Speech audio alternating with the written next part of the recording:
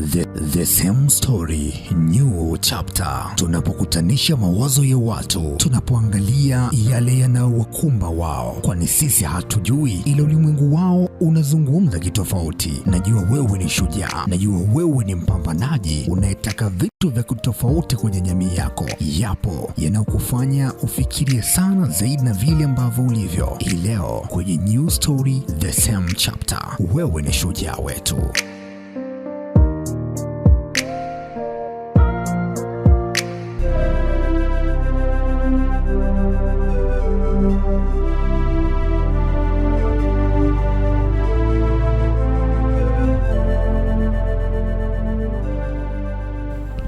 Nikukaribishe kwa siku nyingine hii, ikiwa ni mwisho wa wiki.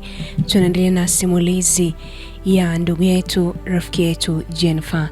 Jennifer ana mengi sana ya kutufahamisha na bado tunaendelea tulipoishia jana. Anaitwa Madam T. Unasikiliza 98.7 Banana FM. Leo tunaendelea tulipoishia jana. Jenny anasema Tony mbadilika, anamgombana naye, anampiga, na Jenny ni mjamzito. Jenny ameacha chuo, ameshindwa kuendelea na chuo, ana mimba, maisha yamekuwa magumu. Tony ana kazi, laptop au kompyuta alikuwa anafanyia kazi imeibiwa, hawezi kuingiza kipato kile cha uhakika kama ilivyokuwa mwanzo. Kwa hiyo maisha yamebadilika, lakini kwa siku janzo ilishia ambapo Jenny amepewa pesa na kaka yake na mama yake, na Jenny anasema nikalipa kodi ambayo tunadaiwa, nikabakiza nyingine ya kununua chakula cha akiba, lakini nilijua nikifanya vile basi Tony wangu akirudi nyumbani atafurahia kuona nimefanya vile, lakini haikuwa vile. Nikapika chakula anachokipenda, lakini Jenny anasema haikuwa vile, ilikuwa ni tofauti kabisa. Jenny anasema nililia sana usiku ule ambao niliishia tu kuumia. Bora nisingefanya yote yale, bora ningeacha, lakini nimefanya kwa upendo, nimefanya kwa wema, ila nimeonekana kama namkashfu. Yani nimeonekana kama nimeenda kuomba hela kwetu, nimeonyesha kwamba yeye ameshindwa kunisimamia, ameshindwa kunitunza. Ndivyo maneno ya Tony ambayo alikuwa anayasema kwa kufuka sana. Jenny anasema kile kitu kiliniumiza sana. Mimi nilifanya kwa mapenzi kabisa, kiliniumiza mno. Nikalia, nikafanya, nikamwambia kwamba pakikucha naondoka. Jenny anasema wakati usiku ule nilivyokuwa nalia, nikawa naona hata kama ni asubuhi ni mbali, inakuwaje nasubiri hapo mpaka asubuhi. Jenny anasema mimi sijaambiwa kwetu kama nahitajika, wala sijaambiwa kwamba babangu amenisamehe na nataka nirudi nyumbani, hapana. Lakini Jenny anasema niliona kwa nini naendelea kunyanyasika, ngoja niende kwetu afunone kama watanifukuza. Siendi kwa kakaangu wala siendi popote pale, naenda nyumbani kwetu afu nione kama watanifukuza, watanitoa nje, watanikataa, basi hapo ndo nitakubali kwamba nimekataliwa kwetu, sitakewi. Jenny anasema nilianza kupanga nguo zangu na hasira, nalia. Yani nilianza kupanga nguo zangu, pesa niko nayo, niko na akiba pesa ile ambayo mama alinipa na kaka mchana ambayo nimelipa kodi, nyingine nilibakiza kwa ajili ya kununua chakula cha nyumbani, lakini ndio hivyo, nimeambulia kipigo, kufokewa, fanyaje. Jenny anasema nilipaki nguo zangu nikiwa napaki nguo nalia. Tony alikuwa amelala, amesho singizini kabisa. Na Jenny anasema niko naendelea kupanga nguo, Tony aliamka kutokana na hili, nimeosha tapu rukushana anavyosikia mambo yanaendelea. Akaniuliza unafanya nini? Jenny anasema siongei, fanyaje. Mwisho siku alivyokuwa anaendelea kuniuliza, nikamwambia naenda kwetu, naondoka, nimeachoka ya maisha, siwezi kuvumilia umaskini, nikavumilia na manyaso na kipigo, siwezi. Nina umoyo wa kuvumilia kitu kimoja tu, hali ambayo tunaipitia, lakini sio kipigo la manyanyaso, siwezi kuendelea kuvumilia. Nikamwambia unaona mimi nimebeba mimba, unahisi kama sina hapa kwenda, nina kwetu, nitaenda kwetu, atakayenifukuza na nifukuze, ninaenda kwetu, nimechoka Tony, nimechoka. Tuna hali mbaya, unashindwa hata kunifariji, mimi ni mjamzito, unanipigia, unanigombeza, muda wote tuna amani, naondoka mimi, naenda kwetu. Jenny anasema Tony alishuka pale kitandani na alikuja kwangu kwa upole sana na akaniomba yaishe. Jenny anasema mimi ni mdhaifu sana kwa Tony. Alipiga magoti na kuniomba kwamba ananiomba msamaha, ni hasira tu, anahisi kama ni hasira, ni anahisi kama mimi anashindwa kunitimizia vile ambavyo mimi natakiwa kuvipata. Kwa hiyo ni hasira tu ambayo anakuwa nayo kutokana na hali ambayo anayo, lakini sio kwamba hampendi wala sio kwamba hamtaki, hapana. Ila ananipenda sana, akaendelea kunihakikishia kwamba atabadilika na hatonifanyia hivyo tena. Hatakuwa ananipiga, hatakuwa ananigombeza, ataishi na mimi kwa upendo kweli. Jennifer anasema mimi ni mdhaifu sana kwa Tony kwa sababu nampenda. Nilijikuta maneno yake yamenirubuni na nikabaki, sikuondoka tena, nikabaki naye. Tony anasema kweli sikuondoka, nikabaki. Na Jenny anatuambia kwamba siku zikaenda, basi ile pesa ambayo ilikuwa imebakia nikaenda kununua mahitaji, baadhi ya mahitaji ya kununua vyakula ambavyo tutakula kwa muda mrefu, tuwe na uhakika wa kula. Kodi nishalipa ile yote na miezi 2 mbele, kwa hiyo tutajitahidi. Na nikaambia tuna search kuendelea kufanya vibarua vya pana pale hivyo ili maisha yaendelee. Jina anasema kweli maisha yaliendelea, hayakuwa mazuri sana, yalikuwa mabaya, lakini at least tulikuwa tunakula, tunalala. Maisha yalikuwa mabaya, hayakuwa mazuri. Nimezoea maisha mazuri, hata ya kwetu hayakuwa hivi. Haya yamekuwa magumu zaidi. Basi Jennifer anasema siku moja Tony alirudi nyumbani akiwa ana furaha sana. Yaani alirudi kashika ana mfuko, unaonekana kama mbeba zawadi. Yaani amerudi ana raha, furaha ambayo sijaiona kwa muda mrefu sana. Tokea ameibiwa vitu vyake, sijamuona akiwa na furaha design ile muda mrefu sana. Anasema alirudi akanikumbatia kwa furaha sana na akanipa mfuko ambao ulikuwa na zawadi. Jina anasema nilishangaa sana kwa sababu haikuwa siku yangu ya kuzaliwa, haikuwa siku yake kuzaliwa. Yaani hata siku ambayo nilimwambia kwamba mimi ni mjamzito hakunionyesha furaha ya design hii. Jana anasema nilimuuliza Tony, kuna nini? Jana anasema amenipa zawadi. Yaani nimemshangaa na furaha zaidi, yani na furaha. Nikamuuliza kuna nini? Akaniambia ni fahangu. Unakumbuka nilikuambia kuna mchongo na usikilizia? Nikaambia ndio nakumbuka, imekuaje? Akaniambia mchongo wenyewe umetiki leo, yani kila kitu kimekuwa sawa, yani tunaenda kurudi kwenye maisha yetu mazuri kabisa. Jana nasema nilisikia furaha nikijua tayari amepata kazi. Nikamwambia wow. Jana nasema nilimkumbatia, nikamwambia umepata kazi? Mungu ni mwema. Akaniambia ndio kipenzi, nimepata kazi. Jana nasema ananiambia kwamba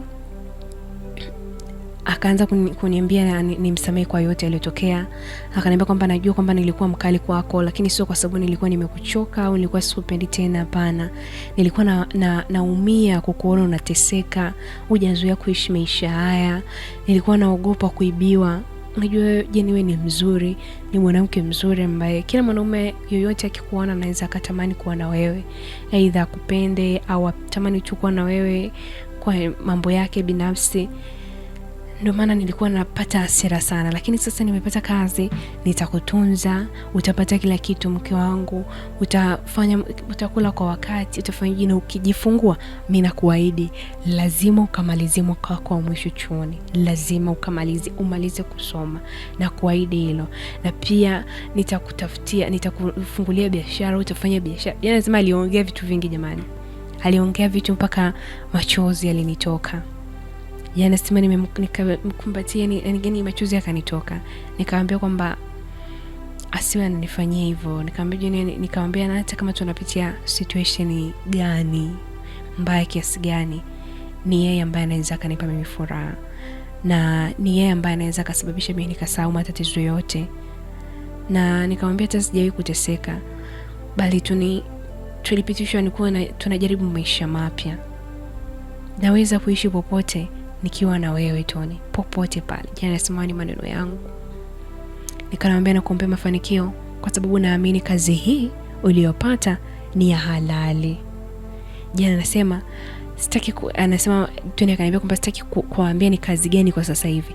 Nenda kaoge, badilisha nguo, vaa nguo nilikuletea, gauni lako nzuri, pendeza, nataka nikutoe out. Jana nasema nazidi kushangaa. Jana nasema alikuwa ameniletea gauni nzuri sana na visendo vizuri sana. Gauni ambalo anaweza kavaa mama mjamzito. Anasema baada ya kujiandaa tulitoka na kwenda sehemu nzuri, tukaagiza vinywaji na chakula. Anasema Tony alianza kuniambia kwamba ni kazi yake mpya, ni kazi ya halali kabisa, na alipata kazi kwenye ofisi nzuri tu ambayo ilikuwa ni chuo. Sema alipata chuo ambacho ni kwa binafsi ambacho alienda kutoa mafunzo ya teknolojia. Ndio kazi ambayo alikuwa ameipata. Kwa hiyo akaniambia mke wangu, leo usiwe na hofu kabisa, hii kazi ni halali kabisa. Yeye anasema tena alinielezea kwa furaha sana, na mimi nikaanza kupata matumaini mapya ya maisha, na kwa pamoja tuliweka mipango mingi sana. Yeye anasema kama ilivyo kawaida, lazima kwenye maisha yote lazima muwe na malengo, lazima muwe na future.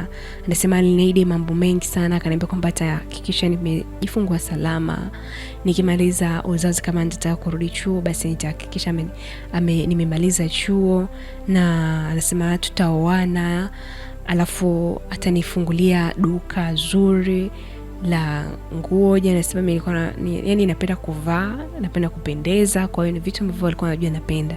Anasema nitakufungulia duka zuri la nguo na viatu vya kike na vya kiume, hivyo nitakufungulia biashara, atajenga, akaniambia hapa atajenga nyumba kwa ajili yetu na tutakaa vizuri na watoto wetu. Jana nasema kiukweli ile siku tulikuwa tuna furaha ambayo ilipotea kwa muda mrefu sana. Jana nasema tuliporudi nyumbani siku ile, yani furaha yetu iligeuka ghafla. Yani furaha yetu ya kuweza kudumu hata ndani ya masaa 5 mfululizo au masaa 10 haikuweza.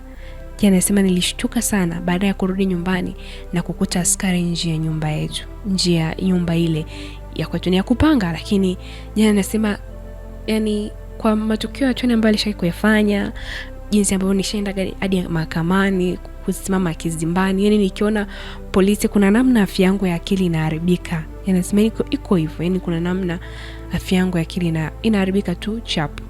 Jana nasema nilishtuka tu kuona askari nje ya nyumba, na nikamtazama Tony, nikamwambia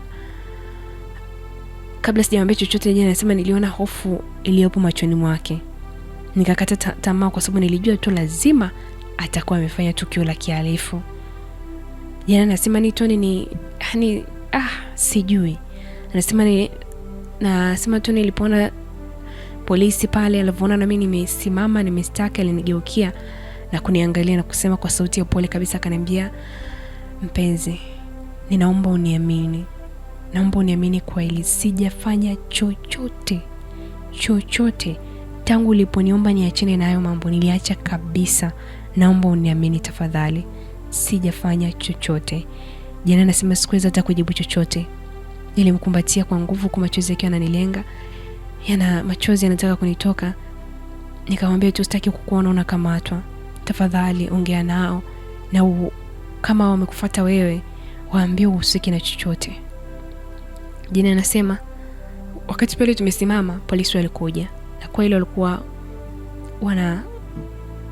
wanamkamata, wamemfuata Tony. Jana anasema ndo nikawa na wakati wanamchukua na wataka kuondoka naye, wanaambia wataenda kujadiliana na itajika kituo cha polisi. Basi wakati wananiambia wataenda kujadiliana, wataenda kuzungumza, wataenda kutoa maelezo kituo cha polisi. Jana anasema nikawa nawaambia tu niongea nao, usiondoke tafadhali, siwezi kubaki huko ndani mwenyewe na hii hali, usiende mbali tafadhali, waambie tu usiki na chochote. Jana anasema tunaliambia tu kwamba aliambia tu nitulie, na akaniambia kwamba hapa hawezi kunielewa kwa lolote, nitaongozana nao kwenda paka kituo cha polisi kutoa maelezo, kisha nitarudi nyumbani mamangu, usijali, na mambo yakiwa magumu basi una namba ile ya mwanasheria, mpigie mwanasheria, na ahidi nitakuwa sawa, naomba uniahidi utakuwa sawa, tutakuwa pamoja tena, nitatimiza ahadi zote ambazo nimekupa, sawa mamangu. Yeye anasema ile maneno ambayo alikuwa ananiambia Tony ndio alikuwa yananiumiza zaidi. Yeye anasema aliwaomba polisi hata japo anikumbatie tu. Jana anasema unajua polisi wa Bongo walivyo korofi, walikataa. lakini Jana anasema alivua ile cheni ambayo huwa ile ambayo inapicha mamake akanipa. Jana anasema alivyofanya vile akanipa mimi, nilihisi kama amenipa ujumbe wa mwisho. Yaani nilihisi kama sitamuona Tony tena machoni mwangu. Jana anasema polisi walimchukua na kumuingiza kwenye gari. Nilihisi mwili wangu umeishiwa nguvu. Macho yalikuwa mazito kwa huzuni na hofu. Anasema nilipojaribu kupiga hatua, Jana anasema na hali yangu nilihisi kizunguzungu. Majirani walikuwa wapo nje wanashangaa kuona kinachoendelea. Na Jana anasema nilianguka pale pale.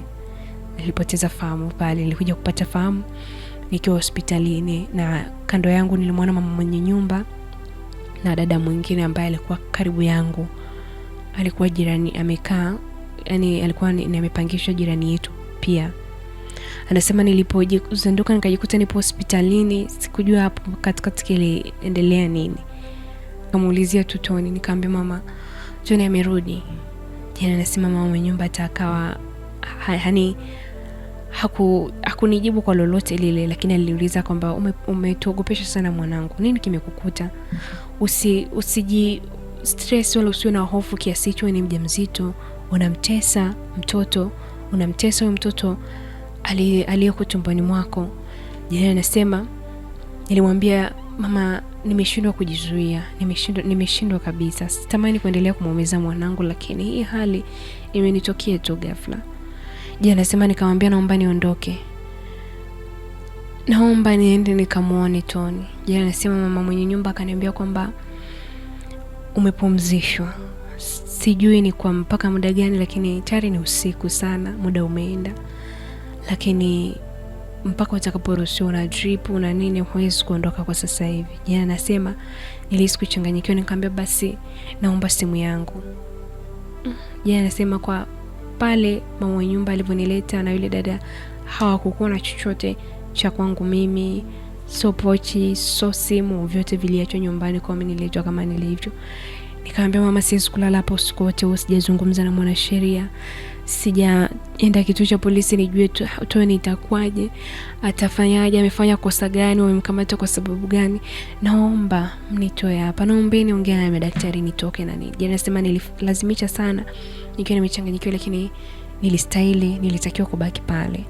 Na Jana nasema nilibaki mpaka asubuhi yake. Nilitoka, yasema nilienda nyumbani.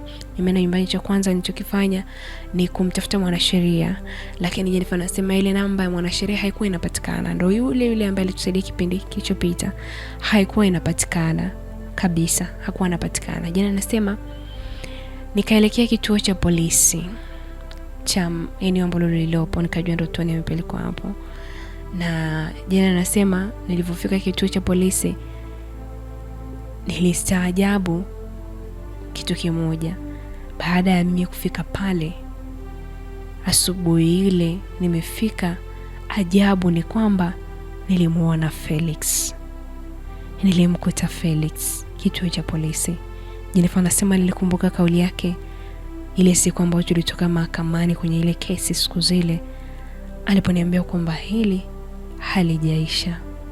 Na niliamini kweli halijaisha. Niliamini kweli kabisa Felix sahi amerudi kwetu kwa ajili ya kulipiza kisasi. Amedhamiria kufanya hivyo. Jennifer anasema nilisikia moyo umekufa ganzi. Nilisikia kama mwili haufanyi kazi. Nilisikia kama nimekufa ganzi mwili mzima. Lakini nikakumbuka maneno ya daktari kwamba niliambiwa niwe makini kwa ajili ya mtoto wangu. Jana anasema nilianza kuzungumza mwenyewe pale kama kichaa. Nikamwambia mwanangu itakuwaje? Sisi hatuna pesa. Hatuna kazi nzuri. Mimi na babako ndo kwanza amepata kazi. Hatuna pesa ya kupambana na kesi ya mtu ambaye ameamua kulipiza kisasi. Ameamua kulivalia ili njuga. Itakuwaje? Itakuwaje mwanangu? Jana anasema nilikuwa nazungumza na mtoto wangu kama kichaa, niko mwenyewe. Sina mtu ambaye nilikuwa nimeongozana naye. Mwanasheria apatikane. Lakini Jennifer anasema nilipomkuta Felix nilijua wazi kabisa ni yeye. Ni yeye anahusika na ile. Itakuwaje? Tutajua kwa juma linalokuja. Kweli Felix ndo anayehusika au na mwenyewe alikuja pale kwa ajili ya mambo yake? Kama ndo anahusika, itakuwaje? Jennifer na mtoto wake wataendelea kukaa, atatunza mimba yake, itakuwa Tony ataishia mahakamani kwa sababu kama ni kisasi, yapo mambo ambayo labda Felix ameyapanga kufanya. Kipi kitatokea? Tutafahamu. Mimi ni Madam T, endelea kusikiliza 98.7 Banana FM. Jumatatu tutaendelea.